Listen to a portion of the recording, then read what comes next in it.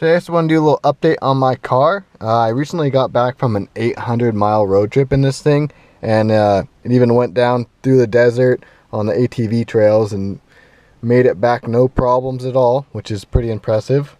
I have a lot of new parts for this thing.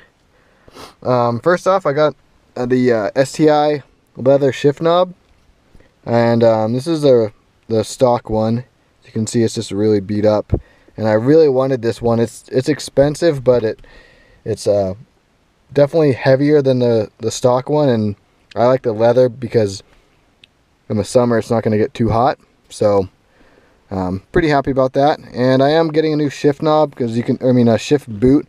As you can see, this one's pretty old. I just I don't know what seats I want to get for this thing yet, so I'm waiting to hold off to order one of these until I get different seats, so I can get a one that matches the same color as whatever seats I end up getting. So that's coming. And as far as the engine compartment, I got a couple of things that I'm going to be installing here shortly. Let's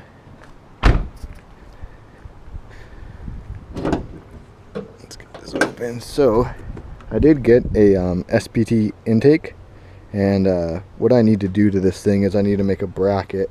As you can see, there's no bracket down there. Normally it comes with one, but when the guy I bought it from didn't have it, so I want to make one of those.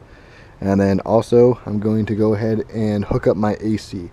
So as you can see, I cut it right there, just to keep stuff from getting into the AC compressor.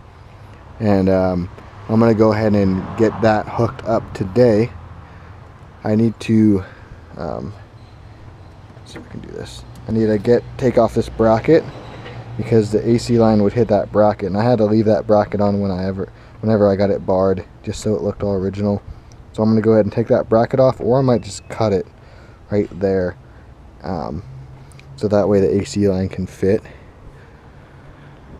And then coming on over here, I have a front lip. So I bought this front lip off Amazon.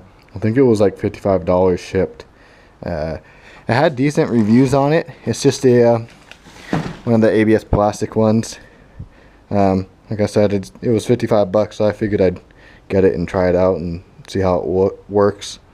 And coming along, I got some transmission fluid. I need to change my transmission fluid in the rear diff. So I just got some Subaru gear oil.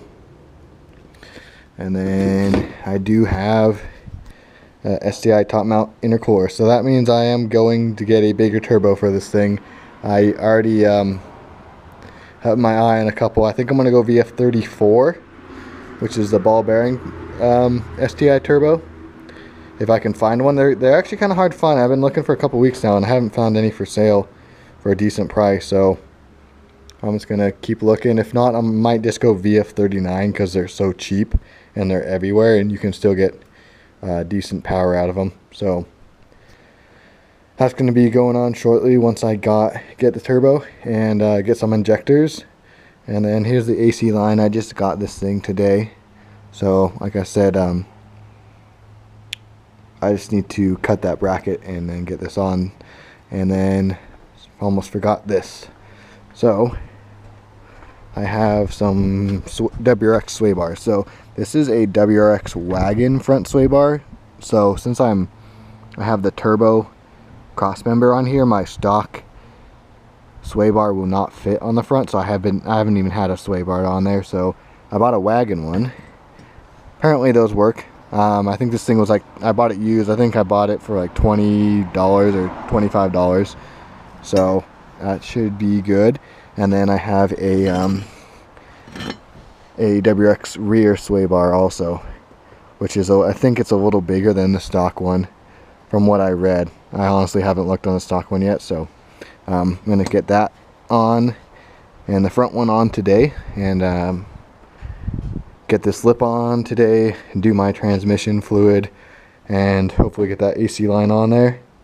And yeah, so I'll keep updating this video as I go along. I'm gonna first I'm gonna see if this front lip even fits on that bumper, and then I'm gonna pull my car in the garage, get it up in the air, drain the transmission fluid, and then try to get the sway bars on while it's up in the air. So I went ahead and got the AC line on. So this is a bracket that sits there, so you can see it was sitting right there and how close that AC line is. It sits like that in there. So what I'm gonna do is, I think this is for the oil, I think like an oil evap or something like that. So I'm gonna go ahead and just cut it right there with the Dremel, and then that way I can still just run this line, this hard line right here, and it will be the perfect length, and I don't have to try to rig something up to get the line. I'll just cut it and use the OEM one. Alright, so I got that all installed, so you can see that's the metal part right there, and then it goes down into the valve cover gasket. It just comes up there, connects right there, and yeah, perfect length, so that way you don't have to, like I said, you could rig up a line that comes here to all the way up here, but you could just use the factory one that works perfectly. And then I got that in, so next I'm going to put new gaskets in all the lines like that, and then go get some Freon and see if the system works. Alright, so I got the AC line all hooked up. I put a new gasket in these ones, and as you can see, the compressor is spinning, the fan is blowing, just cycling on and off, and there goes the fan. So it is working, which is awesome. Well, that means the wiring is all good, and it's definitely cold in here, which is awesome. So now yeah, my AC is working, and really wasn't too bad. Like I said, I just took off that bracket for the injectors, so that normally that bracket goes right here and this AC line would hit it, but this is the stock RS high pressure line, and it's working good. So you can, and I have the stock RS low pressure line too. It goes underneath the compressor or the intercooler right there. I never even hooked that, I just kept it all hooked up, and yeah, it's working, so I'm pretty happy about that. And then the next thing, I'm going to put the front lip on. So I just got the front lip on. I just test fitted it and put some self-tapping screws in it for now. I did trim this corner just a little bit, and I actually need to trim it some more just so it will sit flush in there. But it sits pretty well on the front bumper. I don't have any double-sided tape underneath at all. As you can see, it's kind of wiggly in the middle, and I don't have any screws underneath here. I just have them on the corners. I am going to do some double-sided tape underneath this, that way it will stick up like that so it won't sag in the middle. But it looks pretty good. See on that side. I need to bring this corner up, as you can see, right like that. That way it will sit flush with that body line. My bumper's pretty messed up, so I'm not too worried about the little imperfections in it, because I am going to do a different front bumper on this at some point. So it's pretty messed up already. But yeah, so it's on there, that corner. Like I said, I only have some self-tapping screws underneath. I don't know if you can see it, but on these corners right here, I got a couple there, one there, and same thing on the other side. But I mean, for $55, it's a pretty good lip. I would definitely recommend getting this if you have a GC and you just want some cheap lip to put in the front. Even if you color matched it, it would actually look pretty good, and you'd still be in it for pretty cheap compared to the OEM ones. So yeah, that's what it looks like on the car, and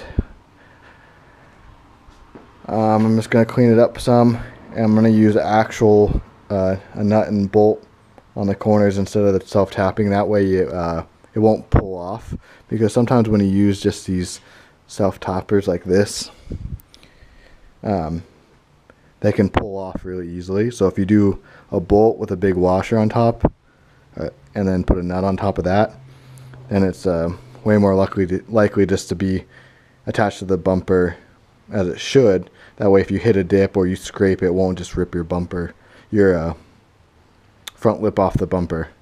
So that's what I'm going to do next. And yeah, there's some more stuff coming with this car soon, so if you're into these cars, stay tuned, and I'll be posting more videos of upgrading this thing.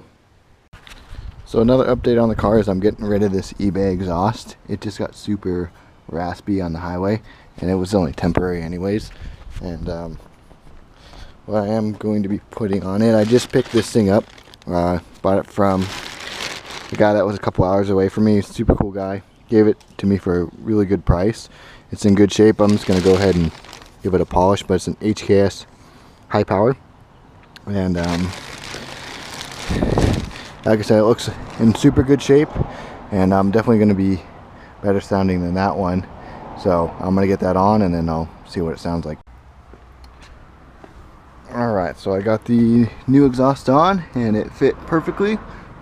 Looks really good. I put a little bit of polish on there just to clean it up a little bit.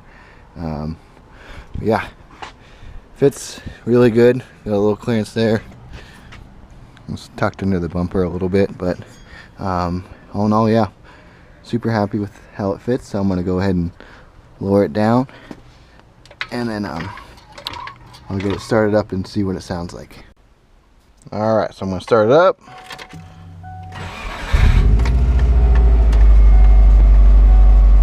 So I already noticed it's a lot quieter than the eBay exhaust at idle. That's for sure.